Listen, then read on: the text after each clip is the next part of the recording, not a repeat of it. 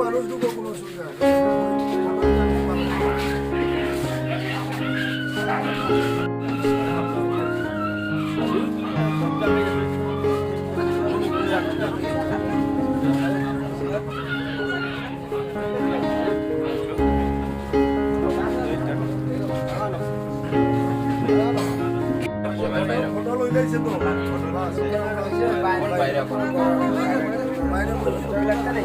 gila gila gila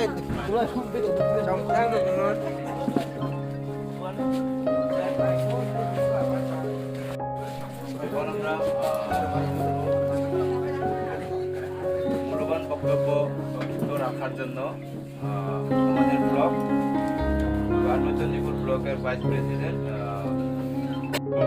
আমাদের গ্রামবাসী যেন লুটপাট না করি, আমরা যেন উগ্র মেজাজে যেন না চলাই, সমস্যার সমাধান যেন আমরা বজায় রাখা, এই জিনিসগুলো হলো আমরা ঠিক চিন্তা নিতে হবে। আবার যখন আমরা কাউন্টিংয়ে ঢুকবো তখন কাউন্টিংয়ের মধ্যেও আমরা সমস্ত কাউন্টিং যেন ভালো থেকে আমরা কাউন্টিং দিই, যেন আমরা ভালোভাবে আমরা বিষয় করতে পারি। এটাই আমার। আজকে কোন এরিয়ার পার্টি অফিস উদ্বোধন করা হয়েছে? আজকে 52 চণ্ডীপুর বিধানসভা কেন্দ্রের 17 নম্বর বুথের উদ্বোধন করা হয়েছে জামতলী বাড়িতে। আচ্ছা, জামতলী বাড়ির মানুষের রিয়াকশন কীরকম, মানে এবার কি জিতবো তারা?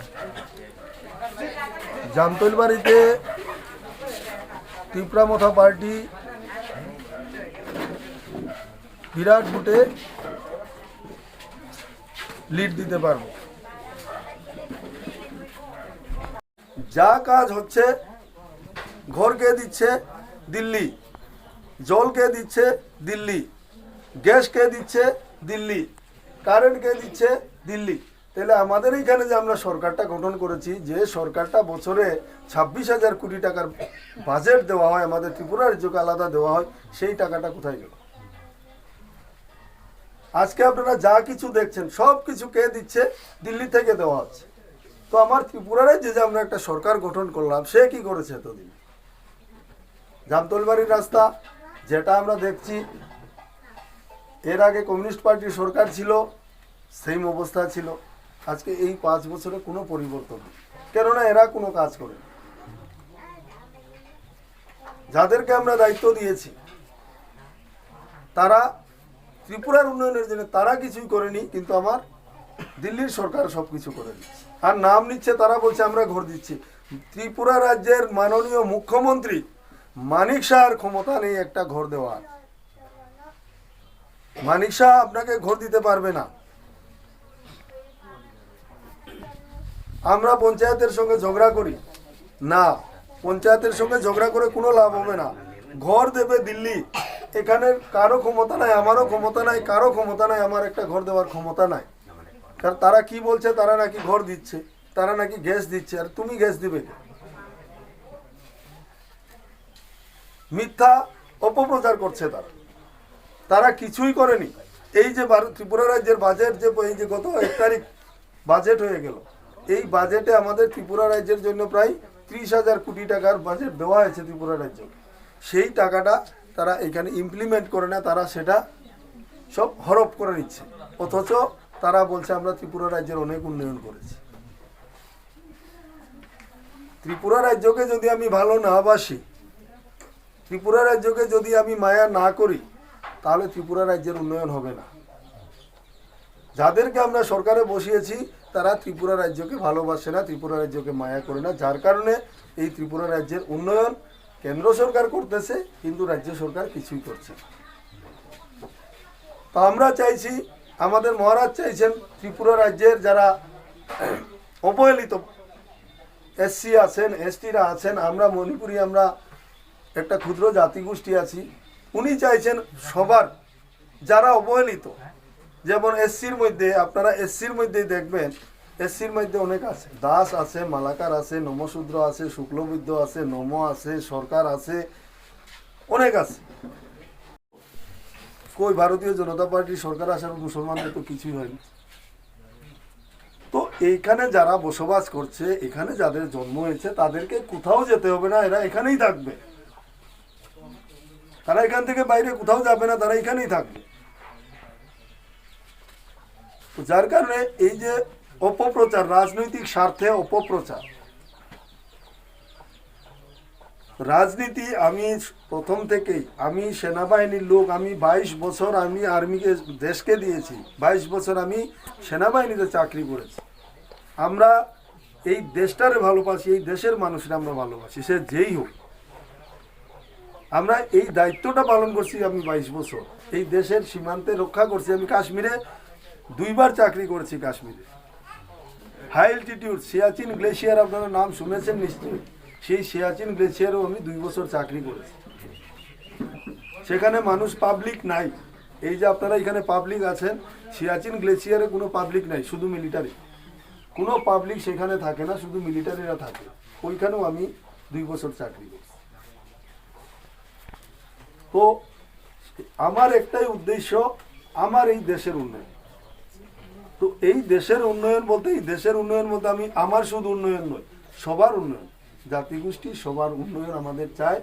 এবং ত্রিপুরা রাজ্য যে অবহেলিত, এডিসি, আমরা এডিসি বলি, ত্রিপুরা রাজ্যে এডিসি 6ষ্ঠ তপশিলি কইটারে, 6 শিডিউল কই, যেটা আসামেও আছে, বড়োল্যান্ড 6 শিডিউল, কার্বি আংলং 6 শিডিউল, এরপরে হাফলং 6 শিডিউল।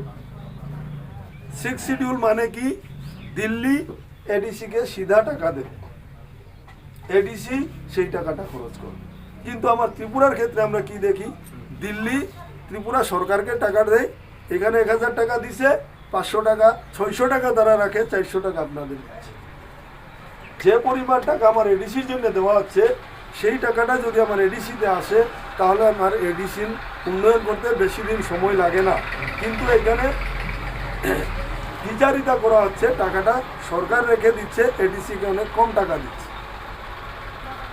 তো যার জন্য মহারাজ ফাইট করছেন যে আমার এডিসির টাকা, যেটা দিল্লির সরকার আমাকে দিয়েছে, সেই টাকাটা কেন আমাকে সবটা দেওয়া হয় না? সবটা যদি আমার কাছে আসে, তাহলে আমার এই যে এডিসির উন্নয়নের জন্য, জনজাতীয় উন্নয়নের জন্য আমার অসুবিধা হবে। কোনো না, উন্নয়ন করতে গেলে তো টাকা লাগবে, সেই টাকাটা তারা, পুরোপুরি টাকাটা আমাদের দেয় না, তারা এডিসিকে দেয় না। অবহেলিত এসসি আছেন, এসটিরা আছেন, আমরা মণিপুরি, আমরা একটা ক্ষুদ্র জাতিগোষ্ঠী আছি। উনি চাইছেন সবার, যারা অবহেলিত, যেমন এসসির মধ্যে, আপনারা এসসির মধ্যেই দেখবেন, এসসির মধ্যে অনেক আছে, দাস আছে, মালাকার আছে, নমশূদ্র আছে, শুক্লবৈদ্য আছে, নম আছে, সরকার আছে, অনেক আছে। এদের মধ্যে একটা জাতিগোষ্ঠীর ওই উন্নতি হচ্ছে, সেটা হচ্ছে গিয়া দাস। বাকি যে এসসির, আর দাস কিন্তু অরিজিনাল এসসি না। এই মালাকার, শব্দকর, শুক্লবৈদ্য, নমশূদ্র, এরা হচ্ছে গিয়ে আসল এসসি, কিন্তু এরা কোনো সুবিধা পাচ্ছে না, এদের উন্নয়ন হচ্ছে না। তো মহারাজা চাইছেন যে এই যে ক্ষুদ্র জাতিগোষ্ঠীকে, ক্ষুদ্র সম্প্রদায়গুলা, যারা এখনো অবহেলিত, যাদের কোনো উন্নয়ন হয়নি, যারা ত্রিপুরা রাজ্যের আদি বাসিন্দা, তাদেরকে কিভাবে উন্নয়ন করা যায়, সেই চিন্তা আমাদের পার্টির সুপ্রিমো মহারাজা প্রদ্যুৎ কিশোর সেই চিন্তা করছে। অনেকে বলছেন মহারাজ নাকি বাঙালি বিরোধী।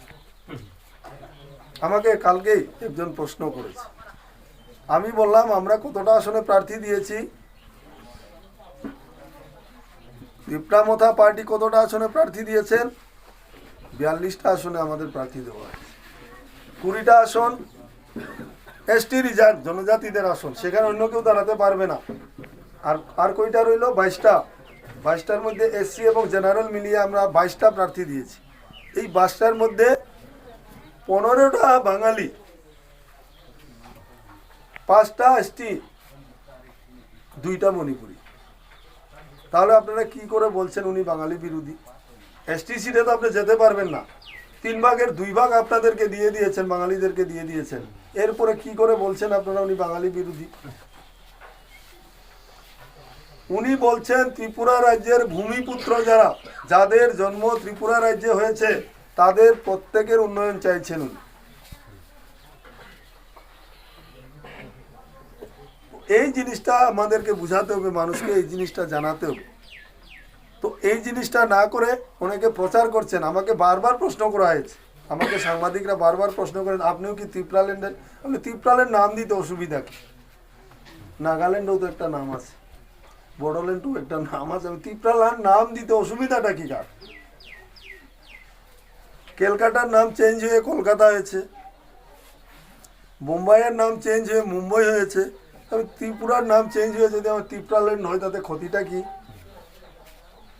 সব জায়গায় তো চেঞ্জ হচ্ছে, তো এখানে আমার ক্ষতি কি? আমার ত্রিপুরাল্যান্ড নামতে দিল্লির নেতৃত্ব মণিপুরের মন্ত্রী আমার বাড়িতে এসছে যে রঞ্জন সিনহাকে কিছু টাকা দিয়ে দিলে রঞ্জন সিনহা নমিনেশন তুলে নেবে।